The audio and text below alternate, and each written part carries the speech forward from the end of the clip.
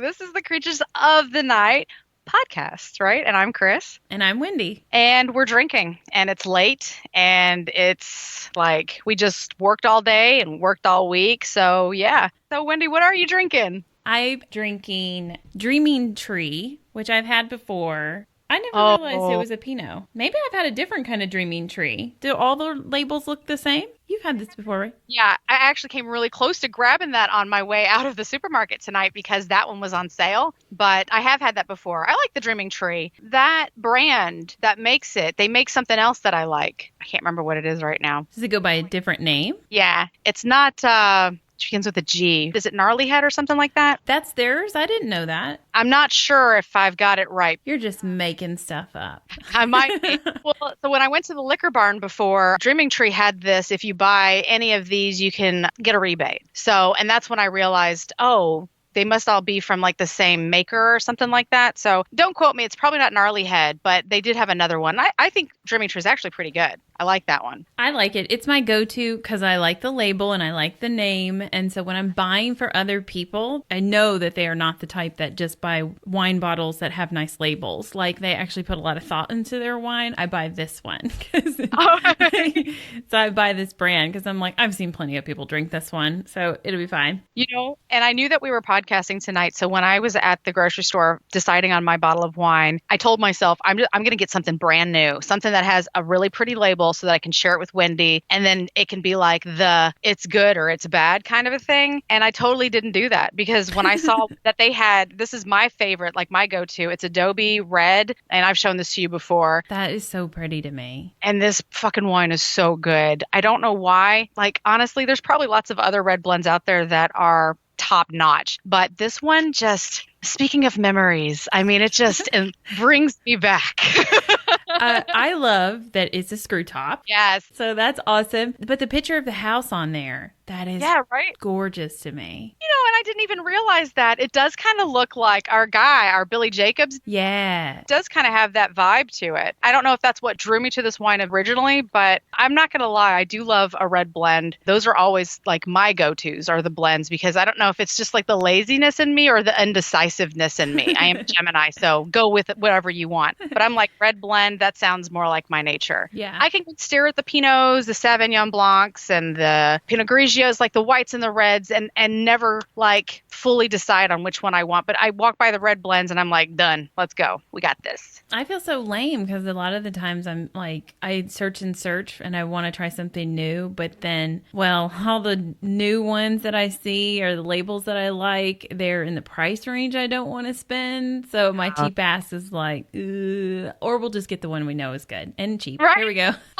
What is that one that I like? Done. I think you liked it too. Ghost Pines. Is that what it was? Yeah. It's got the very creepy like label. That's a really pretty one. And I see that one at the store too. And I'm like, has it been that kind of a week? Because I like to get that one if it's like a celebration wine, you know, because then I feel like I've earned the right to spend that kind of money. And look, guys, we're not even talking like a $50 bottle. This isn't even like a $30 bottle. It does creep into the 20s depending on where you are. But honestly, anything that's in the $14 range is too high for me. So anything going over $10, I'm like, I know, right? I mean, but the thing is because you know that there are wines under $10 that are perfectly fine. Right. They're great. They will do the job. So it's just, you know, when you're looking at the $15 to almost $20 labels, you're like, no, don't be silly. You didn't win anything. You didn't accomplish anything this week. You just survived. Get that fucking $8 bottle of wine and get out of the store. That is so funny. That's how I am too. I'm like, it's not a celebration because I made it through the week. I just need to fucking relax because I made it through the week. So $8 and we're straight. Yeah. So yes. Well, I'm glad we had that talk, Wendy. It's an important talk. You know, we're recording on a Friday night, which we don't always do. It's usually Saturdays for us. So we've had like our whole day to kind of be off. But on Friday, it's like we just came, you know, from the hell. We don't get that time to decompress before we're jumping into this. So let's hope a whole bunch of bad mouthing our jobs doesn't creep into this podcast episode. I hope your story is so interesting. I forgot all about that stuff. I know, right? I hope it is too. And I guess, you know what? If this turns into like I Hate My Job podcast, then this will just be a bonus for you guys. We'll skip like the paranormal podcast and just, it'll be like girls' night out. Yeah, we just all bitch about our job together. What pissed you off this week? Oh my God. No, don't actually tell me. Like I was going to say, get ready. No. That's for another podcast we'll make. Right. I will tell you this. This is not bad mouthing my job. When I was coming home from work, though, I had to take a different route home because the street was blocked for whatever reason. I don't know. Probably some criminal act going down because I didn't see a car crash and they had it blocked for like a pretty long stretch. But I don't know. I'm just making stories up. So I go this other way to get to the interstate and somebody's having like a yard sale or something. There's all this shit outside. So of course I'm eyeballing it. I have no time to stop because I have to get home and get ready for this podcast. But I'm like, what's they got over there? Chris, oh my God, I almost turned around. They had 2 mannequin dolls of like little kids. There was a boy and a girl. How fucking creepy. They were like the same height and they were dressed in, I think they had them in like U of A t-shirts or something like that. But I was like, nope, that's what you put little dresses on and you have them out in your front lawn during Halloween. I need those bitches. Yeah, I mean, at least you could have been like, how much for the, creepy doll twin things?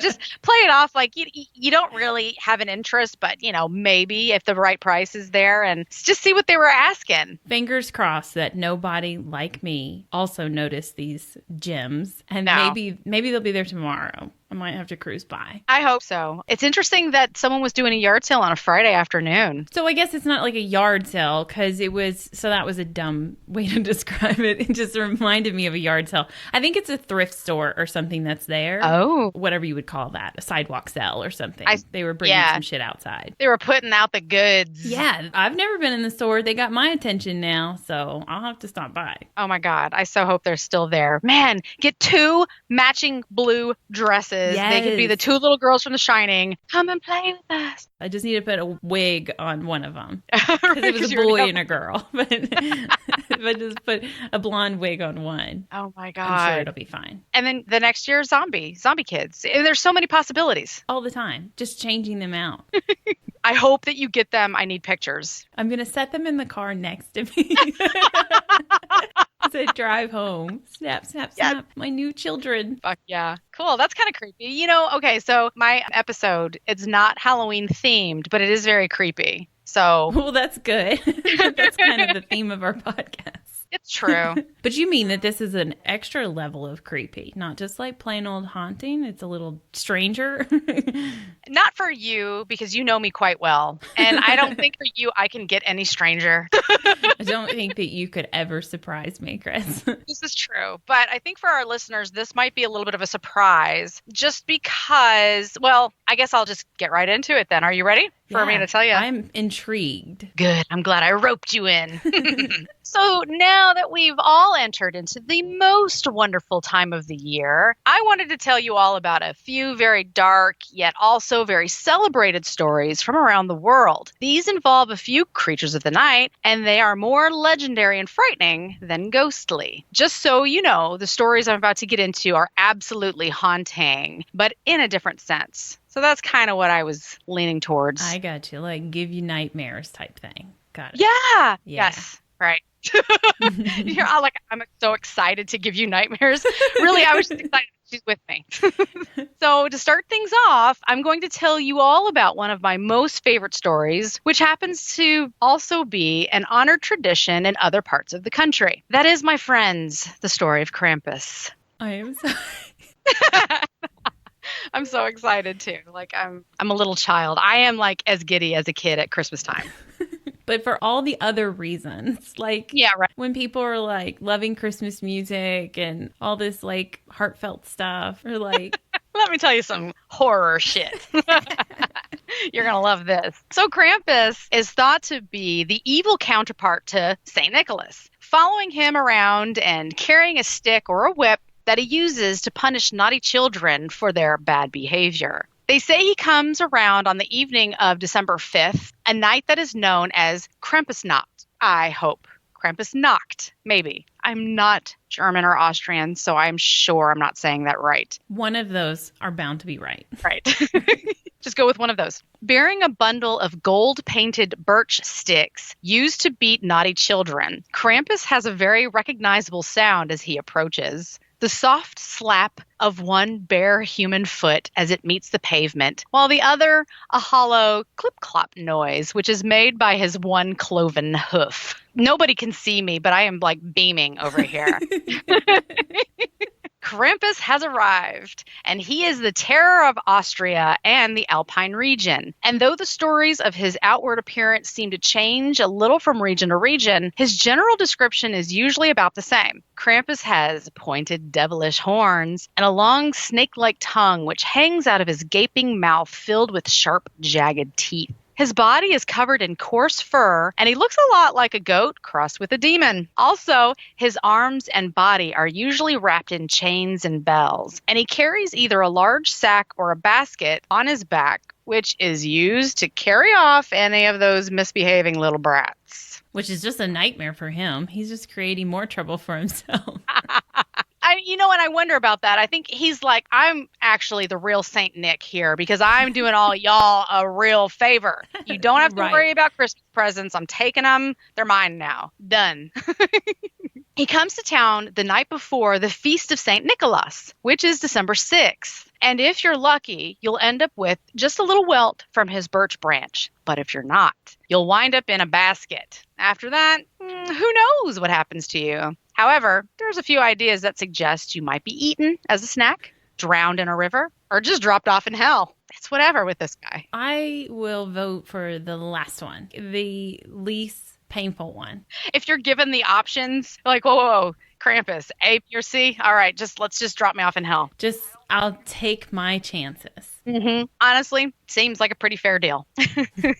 You've been an asshole, and some creep goat demon approaches you. One human foot, one not. And he's like, all right, A, B, or C, take your pick. That's the way you go. Clearly, I don't want to be drowned or eaten. No, I don't. Mm-mm. So sometimes Krampus is accompanied by St. Nicholas, who in Central Europe doesn't bother himself with all those naughty children. He focuses on handing out presents to all that have been well behaved and leaves the rest for his dark counterpart. It's sort of like a good cop, bad cop situation here. Right. They work together. Yes. Krampus is probably getting his list from Santa. He's like, let me check out that naughty list you got there. All right. Bye. See ya. I'll take care of these. Don't worry about that. Santa's like, okay, whatever. Whatever, dude. Do what you got to do. Do you, Krampus. But nobody is really quite certain just how this sinister figure became a regular part of holiday festivities in places like Austria, Bavaria, and the Czech Republic. However, many believe Krampus hails from the Alpine region's pagan past. His name comes from the German word Krampen, which means claw. And based on his description, he's thought to resemble that of the Old Norse legend, the son of Hel, who was none other than the god of the underworld. It's a compelling history, especially since Krampus's appearance coincides with a number of pagan winter rites, most notably one that sends people parading through the streets in a costume to drive out the demons of winter. But Krampus has his very own celebration on the day before the Feast of St. Nicholas. In the Alpine region, every evening on December 5th, elegantly dressed St. Nicks pair up with monstrously outfitted Krampuses and make the rounds of homes and businesses offering gifts and threats. But the best part are the citywide celebrations where people dress up as Krampus and run through the city. Tourists will tell you that running into a coffee shop won't save you either. And the swats from the birch sticks aren't exactly gentle. Whoa, wait. I did not realize people were getting beaten. It's like running with the bulls or something. This is for real. Yes, they actually do this. They get all dressed up and they partake in like a parade, a festival, and then they will fucking chase you. Now, from what I understand, I hope what the internet says is true. You know, you just got to hope and pray. They generally tend to just swat you on the legs, but they are carrying branches, whips, and all other kinds of stuff. So, I mean, as long as they're not getting too drunk, maybe they're following the rules. I was like, I'm going to go. Beatings. I'm going to watch this online. Watch it from your hotel room, like safe, a 2-story one. They're not going to come up there. No, they're not going to find me up there. Not behind the locked door and, like you said, up on the second floor. Yeah. That's too much work for them. No. We'll even just peek out the curtains. That way they don't get any ideas. Yeah. So the tourists, they basically said that you can't run from these guys that are running after you to whip you on the legs, quote unquote, swat you on the legs. But the quote unquote festive atmosphere goes a long way towards the healing. That's the glug glug, if you know what I'm saying. Gotcha. Believe it or not, the ancient legend of Krampus actually had to fight to stick around. In 1923, Krampus and all Krampusnacht activities were banned in Austria because many people thought that Krampus really wasn't all that good for kids. What? It keeps them in check. I know. So that's how Austrians felt too. But this particular group, and I didn't bother putting their name on here because there was a lot of bad stuff happening at that time too. So I was just like, I'm not giving them credit. But I thought this was funny. They actually pass out pamphlets titled Krampus is an Evil Man, which warned parents of the dangers of influencing young children with threats of violent holiday intruders. I would like to get my hands on one of these pamphlets. I think it's cool. But I mean, okay, so they said violent intruder. Because I'm like, Santa Claus breaks into your house too. I know, right? And the lumps of coal and stuff like that. Yeah, he is a stranger breaking into your house. And if you've ever seen The Grinch, he can change. He doesn't have to be like giving you stuff. The Grinch takes your shit. Yeah. So it's all the way around. Don't promote strangers breaking into your house to children. It's just, to me, maybe not that good of an idea. But I do like that they're basically saying, yeah, if you don't do your chores, you might get eaten. Just FYI. Well, I mean, there's a heaven and there's a hell. So there you go. Some people. So this is those two, good and bad, good and evil, whatever. It is. It's right. Exactly. There's a lot of that, actually, a lot of those undertones in this story. It's just that it's not so much heaven and hell. It's more of the Norse legends, which there's pagan beliefs that are involved here. Right. Yeah. So while they might have had a good point about the traumatic effect of telling misbehaving children that they were going to be eaten by Saint Nick's evil twin, society wasn't deeply moved. The ban lasted for only 4 years, and in the end, they couldn't keep Krampus down. By the end of the 20th century, Krampus was back in full force. Nice. Yay, Krampus. Yay. Thumbs up for Krampus. Part of the Krampus tradition is to hang bundles of gold-painted birch branches known as ruten. Again, could be the wrong pronunciation. Whatever. It's R-U-T-E-N. But you hang these on the walls year-round. And this is done as a reminder for children to stay well behaved so that they hopefully do not have to endure the wrath of Krampus. Small price to pay. Yeah, I gotta get me some of these sticks. I know, right? So let me tell you more about them. Ruten, again, it could be my funky accent too. It might be ruten, is made by bundling up thin twigs of freshly cut birch and using a technique called whipping, which is pretty fucking appropriate. Right. And this creates a decorative yet firm binding. And even though it's customary, I don't necessarily think you have to paint them gold, but do as you please. Either way, I can't wait to make my own bundles of Krampus rootin' for the tree and, of course, for Instagram. So you guys know what I'm doing this weekend. So that is my fun little Krampus history lesson. I'm sure you're all getting ready to run right out and celebrate this new tradition, right? Well, if you are, make sure that you're in Austria, please, before you take to the streets whipping people on their legs. It's not going to go over well in most other places. No, this is not huge in the U.S., although there are festivals in L.A. and a few other places as this tradition is starting to become more popular. Either find one of those celebrations to partake in or just do like me and art and crafts it up with your bundles of sticks. Now, I have another legendary story to share with you. This one isn't as well known as Krampus, though it should be. Another fearsome creature that comes around only at this joyous time of the year is Frau Perchta, the Christmas time witch. Perchta, sometimes called... Okay, I'm going to go into a list here, guys. Sorry, you know how I love to do this. Sometimes she's referred to as Birchta or Bertha or the spinning room lady, or sometimes Perchta the Punisher. I like that one. That one is easy to remember. She is another legendary tale from the Alpine regions of southern Germany and Austria. She's often depicted as having a beaked nose made of iron. What? She dresses in, I don't know, like a big old witch's nose is really what I've seen, but they think it's made of iron. I don't know, maybe she doesn't really have a honker. Maybe she can't smell.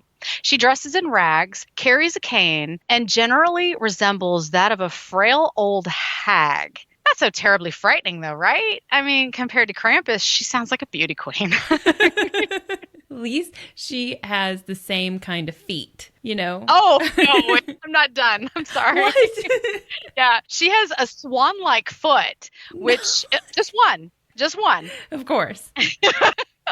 And having the swan-like foot seems to indicate that she can shapeshift. I didn't write it, guys. I'm just telling you what it means. Well, what else would it mean? I mean, that's hard for her to find shoes. Matching, anyways. And she tends to carry a long knife hidden up under her clothes. So, yeah, bitch got some problems. Sometimes, though, she has also been said to resemble the Scandinavian goddess Frigga. And both of them share one obsession in common: spinning, and very specifically, domestic neatness. Wait. So what the fuck is spinning? I know, that's where you're going, right? Yes. Please rewind. I need a definition. I've got one for you. And I don't mean indoor cycling, though. I'm sorry I'm laughing so much, guys. It'd be funny with those feet, though. I know, right? Yeah. But also just the thought of a wicked witch that might punish those that didn't take their spinning classes seriously. I mean, my ass would be fit. But no. The actual spinning term is used to describe making yarn. And as the legend goes, you'd better have all your flax spun by 12th night, which is January 6th, because on the 12th night of Christmas, also known as the Feast of Epiphany, she will be creeping into homes and hopefully just leaving you some tasty fruit or maybe even a shiny piece of silver in your shoes. She sounds nice so far. I don't trust her. Don't. I'm lumping her in the category with Krampus. You are right to not trust her. And not everyone is always good all the time, nor do they all get their spinning done, I assume. Otherwise, we wouldn't be able to discuss more of the things about our dear old Frau Perchta. In Germany, Austria, and Switzerland, there were numerous tales of Frau Perchta, trampling and even setting fires to those that had not done as they should have. And though Perchta has often been referred to as Krampus's evil sister, unlike Krampus, she had a taste for violence that went well beyond children. And all just for being a little lazy, too. Like I said, she's got some problems. I mean, she carries a knife, not just a golden stick. No, right? It's concerning. Yes, I do have a point to that. And if you really go and piss her off, say your house is a filthy mess or you haven't spun all your flax, then honey, you're in deep shit. Remember when I did say she was also called Perchta the Punisher? Well, she has another nickname, which you'll discover after she sneaks into your bedroom, slices you open to disembowel you. What the fuck? Merry Christmas, guys. By the way. Clean your house. Replaces your innards with rocks and straw, and then stitches you right back up with chain, because, you know, this bitch just can't be having a mess. So that other nickname of hers that I had to save because it would have been a spoiler, Frau Perchta is also known as, actually, she's more commonly known as the belly slitter. No. How did this... How did I not get raised in Austria? I don't know. I love this stuff. I am eating it up. This is amazing. But I mean, like, who thought this was a great holiday season story? Like, I mean, for Christmas and whatnot, or Yule or whatever. This is a Halloween story right here. This is a never leave your house story and always keep that bitch spotless. That is so true.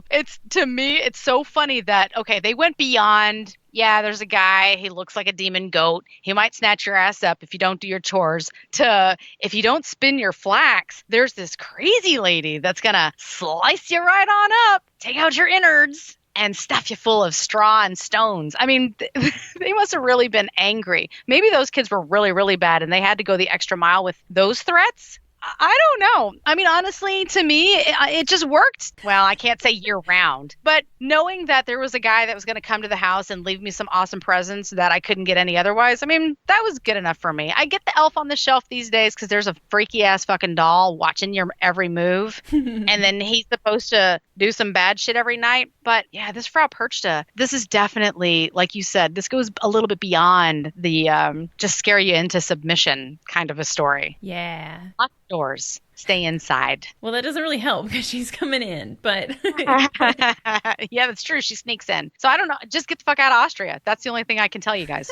So Perchta does a little bit more than just check up on your spinning and chores. Other legends equate Frau Perchta with the legend of the Wild Hunt and say that she flies through the night sky accompanied by an army of lost souls, which include the demonic-looking Perch 10 that are among her servants and said to be visually nearly identical to Krampus. The only way to know for sure who is who, if you find yourself in the situation, is to remember that Krampus rides alongside Santa Claus and appears on St. Nicholas Eve, while the Perchten arrive more towards the last 3 days before Christmas. That way, you'll know exactly which frightening legendary creature you're about to encounter. Just a little food for thought. So you can stay terrified for the entire month of December. Right. So this Wild Hunt thing is actually pretty interesting. Check out this horror parade. The Wild Hunt was derived from old European folklore. This typically involves a ghostly or supernatural group of hunters passing by in wild pursuit. But it's also about pagan youths engaging in hunting to have practices connecting to Odin and the spirits of the ancestral dead. In the Norse lands, the ancestral dead are usually said to be the souls of dead warriors. Odin would be leading the hunt, and sometimes the hunt may tear men to shreds, bring up dead loved ones, or severed limbs to the hunter instead of achievements. So I bet those young pagan hunters were a little surprised by what they were getting in the end there. I don't know why, but while I was writing this particular part of the story, do you remember those magic nursery like baby dolls from like the 90s? I don't know if you remember what I'm talking about, but they were like so ridiculous. I was so like infatuated by these things, but you get this baby doll and I guess you put it in the water and its clothes like disintegrate, and then all of a sudden you've got its diaper, it changes either to a blue or a pink diaper. That way you know if you're having a boy or a girl. It's like, surprise! Or somehow you find out that you're having twins. I don't know why, but that, I guess the whole surprise of finding out what you were going to get as a fresh young pagan hunter reminded me of this 90s baby doll. And that's how my brain works. Remember earlier when I said you could never surprise me? It might have just happened. Because I'm like, yeah, I don't see the connection, but okay. Yeah, the level of surprise, I got it. Yeah, because they go out, they're so excited to be doing their thing, and then they're like, oh, yeah, that's a severed limb. I mean, same thing, right? When you're like, oh, and it's a baby boy. Oh, all right. I wanted twins. Whatever. Can I return this? I get it. You really liked those dolls. I guess I did, because it totally came to mind while I was doing the story. So in the Norse legend, it is suggested that Odin is in disguise, exploring for the right rewards amidst all the turmoil. The hunters may be elves or fairies or the dead, and the leader of the hunt is often a named figure, sometimes associated with Odin. So even though carrying out these practices was thought to be a way to bless the lands, such as for like a harvest, seeing the wild hunt was thought to be a bad omen and sort of predicts a catastrophe such as war or a plague, or just the death of whoever, got to see this shit. Whether leading the dead or blessing the land, the attitude and the wild hunt's overtone is basically danger to life or to your limbs, and therefore people usually tend to stay indoors whenever there is a wild hunt going down. Yeah. Look, guys, I'm going to set this one out. I'm going to be in here. We're going to watch the game and pretend that shit ain't happening. Legend has it, if you hear the wind and thunder roaring and rumbling through the mountains on the Birchtal nights, that is the last 3 days before Christmas, you're really hearing the sounds of Perchta leading the wild hunt. Yet another one of Frau Perchta's names is Holly, who is a winter goddess whose name actually means shining or bright. Her dual nature is expressed in the fact that there are both evil or ugly Perchten and pretty Perchten, both of whom you might find in a typical Perchten loft, which, yes, it's another run that they have in Austria. They have just like festivities over and over and over again leading up to Christmas. That's why I'm like, man, maybe, but I'm just going to have to get that hotel room and stay away from the whipping and stuff. It just... Come on, a few drinks and you'll be fine. I can run. I just don't know for how long. I love this. Can we just go live there in the month of December? This is the best. How cold is it? They do get some snow. From what I understand, Germany and Austria get a shit ton of snow. They had so much snow last year that people were like snowbound. Is that the right word? You open up your door and it's like you can't see anything because there's snow right in front of you. Hopefully you've got enough lamb in the freezer that you can just like, you're all right. I don't know. But they still hold the festivities, right? Because I think with enough alcohol, I can handle the cold. This is serious tradition, guys. This is like when you come to Salem for October. It's going down no matter if we have a freak snowstorm. And I mean, I think our freak snowstorms are probably nothing compared to the freak snowstorms that they have in Austria. But it's that legendary. Like they do it all the time, every year. So yes, it's going down. I'm loving it. I know, right? So I'm not really making a whole lot of yarn these days, but damn if my house won't be spotless come Christmas time. And when January 6th has arrived, instead of wah wah, that Christmas is all gone, why not celebrate Perchtentag by telling your children that they'd better clean their rooms or Frau Perchta will come and disembowel them in the night? I mean, kids love that sort of thing, right? Can you imagine telling our teenagers that? They're going to be like, get out of here with your crazy stories. My son would be like, you've told me this already, Ma. She hasn't come before. She's not coming now. No, but I have to say that is one thing that I do miss about my son being younger was the look on his face when I tell him stories. Now, look, guys, okay, I have to say that and also, I guess, add a disclaimer. I wasn't telling him that things were going to come and eat him, just so you know. But I did like to tell my son about goblins and trolls. And he'd ask me, why does this or how does this? And I would just... I don't know how everything works. So I would just be like, goblins. And he would just look at me with this like wide open wonder, like, wow. And then my husband would be like, don't listen to her. She's lying to you. He would kill it. But I do miss that. I do miss that innocence, I guess, in his eyes. Oh, we had the kids believing for years that their father had a giant squirrel as a best friend, a giant squirrel that could talk as a best friend. Yeah. We used to take hikes and we would tell them stories about Jimmy the squirrel and their father and how they hung out together. And they'd be like, you're lying to us. And we're like, no, we're not. And we both just told the story together. So now when you guys go on hikes, what do you tell them about? Well, I think that they've realized that Jimmy the squirrel isn't real. No, I get that because they are much older, but I wonder if is it now like, do you remember when you guys were so cute when you fell for that shit every single time and they're just like stomping through the mountains, like hating every minute of it, but you get to have that joyous time. Remember when you guys were stupid little kids? No, they've never admitted to us that they didn't believe in it. It's just that they make little comments every once in a while. They'll say like Dad's friend Jimmy the squirrel, right? And it's like, what, do you not believe anymore? How dare you? Damn. I wish you'd told me that sooner. I would have been signing cards also with Jimmy the squirrel just to keep that shit going. Now that I know, I'm going to have to bring it back. He's going to get a separate card. Where have you been? You moved. I can't find you. Now I've got one more little story to share with you. And just because I need to make sure that I've completely covered all of my bases here on my episode of Holiday Horror. In southeastern Europe, they tell of creatures called get ready for this one, guys. I have to get ready for this one too. All right. They are called the Calicantzaros. Good job. And I have to say it like 40 more times. No. Let's give them a nickname. Let's call them Roberts. They're Roberts from now on. Okay. Is that a Christmassy name? Would you go with Robert as a Christmassy name? Jolly old St. Roberts? That's not really working. But I mean, like, the witch had like 7 names. So, I mean. True. All right. Roberts sounds fine. Roberts works for me. And these little unfriendly Christmas elves make their appearance around the same time as Frau Perchta. Now, generally, when we think of elves, we think of cute little helpful creatures. Well, okay, maybe sometimes they're sad and really prefer to live the life of a dentist like Hermie, the misfit elf from Rudolph the Red-Nosed Reindeer.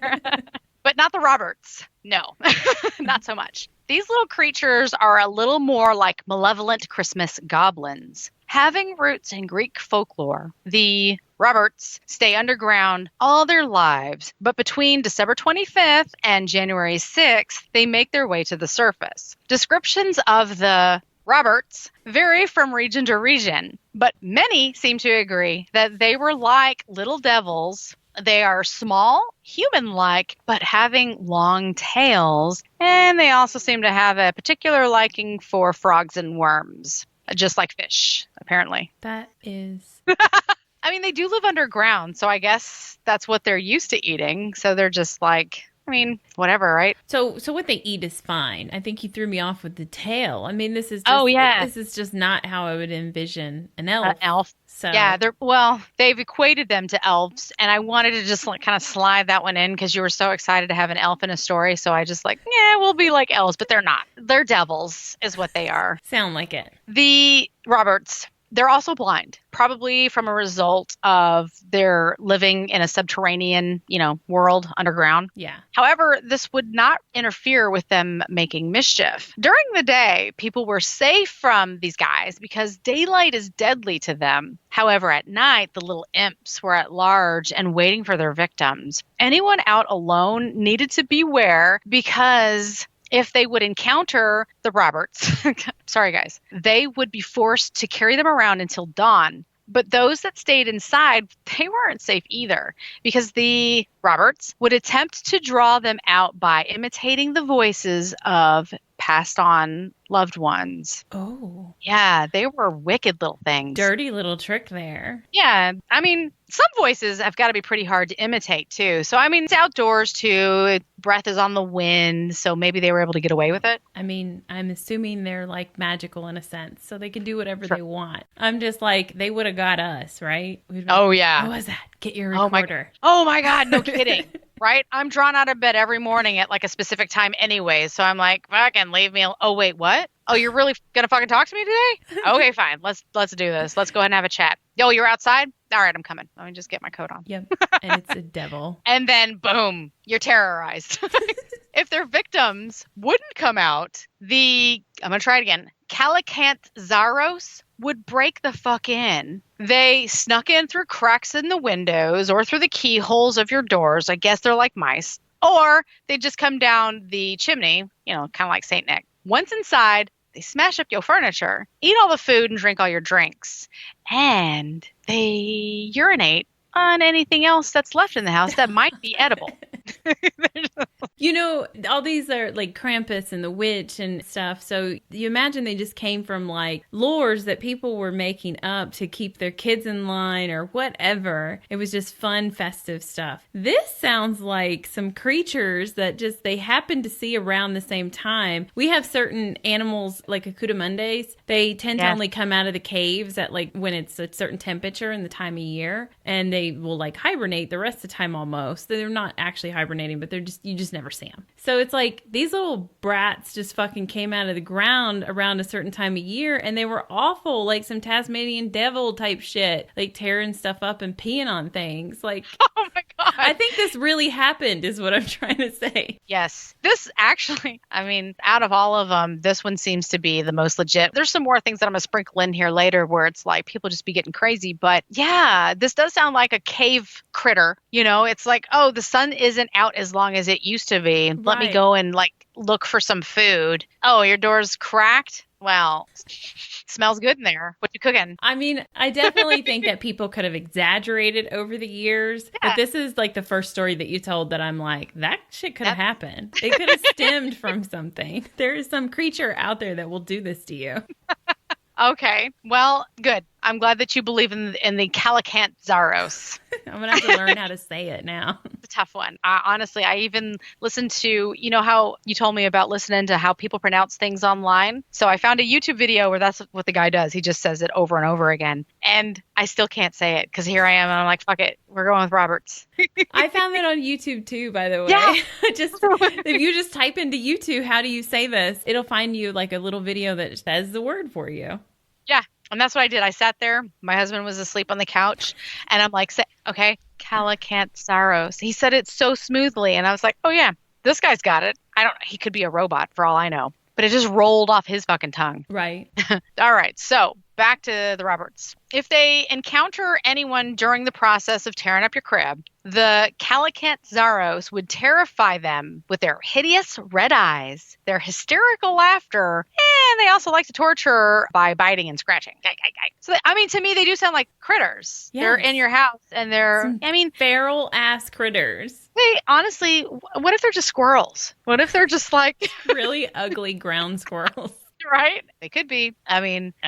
I've seen the, Christmas Vacation, and that squirrel was kind of an asshole. Yeah. Tore through that house. Squirrels are assholes, but even Jimmy the squirrel, we told bad stories. That's right. It was always him and their dad getting in all kinds of like mayhem together. But anyways, if it's really cold over there, they might live underground so much that they've gone blind and their eyes are different colors, and then they're bananas because you go crazy living in the darkness like that. Clearly. This all sounds scientifically possible, is all I'm saying. You're right. Well, I have to tell you that you're making me very happy that I left this one in because, there was some other research that I'd done on this earlier. And I'm like, Wendy's going to fucking just hate my guts for putting this story in here. No, I love this Christmas demon squirrel.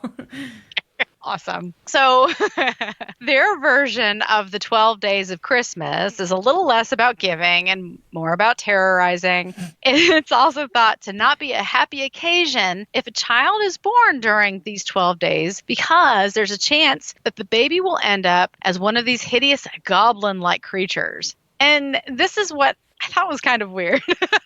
I said all of that other shit. I know. And this part. In order to stop this from happening, that is them turning into these goblin-like creatures, the parents will bind their babies in tresses made of garlic or straw or simply burn the baby's toenails. What are you saying? I don't know. That's just weird to me. Look, I've had a problem with ingrown toenails my whole life. So when you come to this whole burning the baby's toenails, I'm like, maybe I should look into that. Maybe that's actually a fix for this sort of thing. Or maybe, I heard the story, I think it was on Lore. No. It was definitely on Lore. And he's talking about in Asia where they used to bind women's feet so they would make them smaller, instead of, and I'm like, so maybe they were burning babies' toenails because the people in China, they just wanted women to have small feet. These guys just don't want their kids to turn into goblins. So, shit, maybe they did it. I am not at all shocked that they believed this stuff. Right. I'm just like, I don't know. Where did they get the idea? Right. What told them it's toenails? Take the toenails off. Oh, right. I have something that might lead into the burning, not so much the toenails. Right. I don't get that at all. But it's a lot safer than like cutting off toes or fingers or anything like that. So totally. True. Because honestly, like a little singe, like you light a match and because it just says burning the baby's toenails, like, I don't know, it leaves a little black mark. Like how much burn are you really doing there? I'm sorry. The entire time I envisioned they were taking the toenails off, but okay. No, it's actually just a little burning of the, maybe that's how they even cut toenails back in the day. I doubt it. I don't know. No. I'm letting you guys know that that's part of the story. I don't know where I really sit so much with that. Binding babies in tresses made of garlic or straw. Okay, straw, sure. But garlic, that's got to be smelly. Babies have a good smell to them. So I don't know why you'd want to cover that up unless goblins like to eat them. But I didn't see anything about that. So I'm not really sure. I don't know. They're an easy target, I'm sure. So they are an easy target. Okay, so there is one way to ensure that these little violent critters keep away from your home. The preferred method is to burn a Yule log for the 12 days. Apparently, they really don't like that.